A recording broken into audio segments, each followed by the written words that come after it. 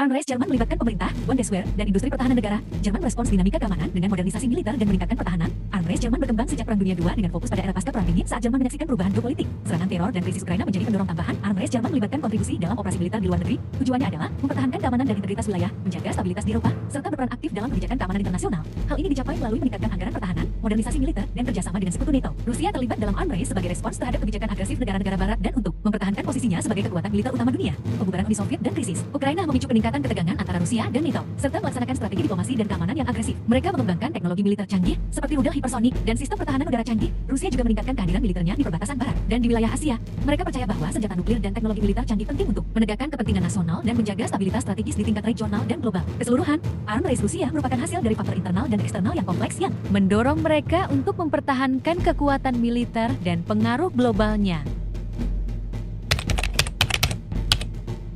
Profil aktor dalam arms race Rusia mencakup pemerintah di bawah kepemimpinan Presiden Vladimir Putin yang menentukan kebijakan pertahanan, Kementerian Pertahanan yang merumuskan strategi dan alokasi anggaran, serta angkatan bersenjata yang melaksanakan strategi dan menjaga keamanan negara. Industri pertahanan berperan dalam memproduksi senjata dan teknologi militer, sementara lembaga riset dan pengembangan militer bertanggung jawab atas inovasi teknologi dan pengembangan senjata baru. Selain itu, diplomasi dan geopolitik Rusia memainkan peran penting dalam memperkuat posisi internasional melalui kebijakan luar negeri, persekutuan militer, dan diplomasi keamanan.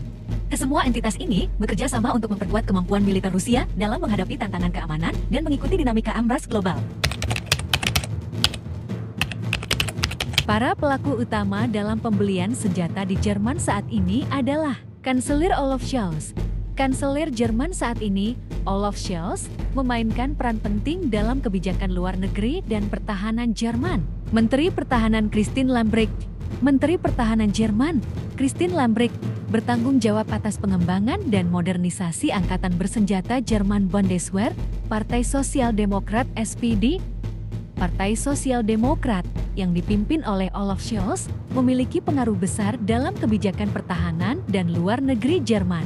Rolf Amsenik, seorang politikus SPD yang dikenal sebagai seorang pasifis sejati, Rolf Amsenik memiliki pengaruh dalam kebijakan pertahanan dan luar negeri Jerman. Mereka berperan penting dalam pengambilan keputusan tentang pengeluaran senjata dan kebijakan pertahanan Jerman, termasuk pengiriman senjata ke Ukraina dan alokasi anggaran khusus untuk militer Jerman Barat, terutama dalam konteks konflik seperti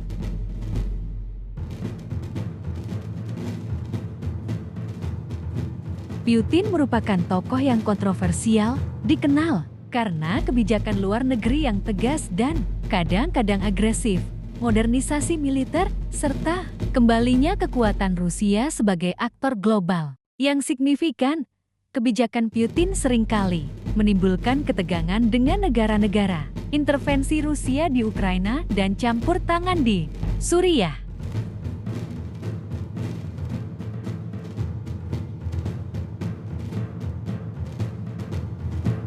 Strategi aktor dalam politik domestik, ia telah mengonsolidasikan kekuasaannya melalui partai politiknya. Rusia bersatu dan telah menghadapi banyak kritik dari beberapa pihak mengenai tuduhan pelanggaran hak asasi manusia dan kurangnya pluralisme politik di Rusia. Putin seringkali digambarkan sebagai tokoh yang kuat, karismatik, dan strategis dalam memperkuat posisi Rusia di tingkat nasional dan internasional. Diplomasi multilateral, manajemen ekonomi yang bijaksana, transparansi politik dalam kebijakan militer, kerjasama regional, memperkuat komunikasi dengan masyarakat Rusia, membangun konsensus dalam negeri tentang kebijakan luar negeri. Tindakan aktor, modernisasi militer, intervensi militer, peningkatan kekuatan nuklir. Jerman, tantangan utama dalam anggaran pertahanan Jerman adalah kompleksitas dalam alokasi dana dan pengelolaan industri pertahanan. Meskipun Jerman mengalokasikan hampir 72 miliar euro untuk pertahanan tahun ini, tantangan besar tetap ada dalam memastikan konsistensi peningkatan anggaran dan pendanaan setelah dana khusus habis pada tahun ke-2028. Kritik muncul dari berbagai pihak mengenai ketidakmampuan pemerintah untuk memenuhi target NATO secara konsisten dan ketegangan politik terkait pengiriman senjata ke Ukraina. Selain itu, ada kebutuhan untuk mengelola pengadaan senjata secara lebih efektif dan menghadapi kendala dalam proses manufaktur. Secara keseluruhan, Jerman perlu menghadapi berbagai hambatan untuk memastikan kesiapan dan kekuatan militernya di masa depan. Strategi para aktor dalam pengelolaan anggaran pertahanan, Jerman berfokus pada peningkatan pengeluaran untuk mencapai target NATO dan modernisasi militer. Kanselir Olaf Scholz dan Menteri Pertahanan Boris Pistorius menekankan pentingnya memperkuat kebijakan pertahanan dan mendukung pengiriman senjata ke Ukraina. Partai Sosial Demokrat SPD mengusulkan peningkatan anggaran secara berkelanjutan, sementara Rolf Amsanik mendorong pendekatan diplomatik dan transparansi dalam pengeluaran. Fraksi CDU atau CSU mengkritik pemerintah atas ketidakmampuan memenuhi janji anggaran dan menekankan perlunya peningkatan anggaran reguler. Fraksi FDP mendorong efisiensi dalam penggunaan anggaran, sedangkan AFID dan Linkspartei menentang pengiriman senjata ke Ukraina dan mendorong fokus pada industri pertahanan domestik. Semua strategi ini bertujuan memastikan Jerman tetap kuat secara militer dan siap menghadapi ancaman global. Tindakan para aktor dalam mengelola anggaran pertahanan Jerman mencakup berbagai strategi untuk menghadapi tantangan. Kanselir Olaf Scholz dan Menteri Pertahanan Boris Pistorius fokus pada memperkuat kebijakan pertahanan, modernisasi militer, dan mendukung pengiriman senjata ke Ukraina. SPD mendorong peningkatan anggaran berkelanjutan dan transparansi dalam pengeluaran. CDU atau CSU mengkritik pemerintah atas ketidakmampuan memenuhi janji anggaran dan mendesak peningkatan anggaran reguler. FDP mendorong efisiensi penggunaan anggaran, sedangkan AFID dan Linkspartei menentang pengiriman senjata ke Ukraina dan mengutamakan industri pertahanan domestik. Semua tindakan ini bertujuan menjaga kekuatan militer Jerman dan kesiapan menghadapi ancaman global. Perbaikan hubungan internasional, pertumbuhan ekonomi yang berkelanjutan, kepentingan bersama dalam, kerjasama regional, legitimasi dan dukungan domestik yang kuat, kurangnya eskalasi konflik.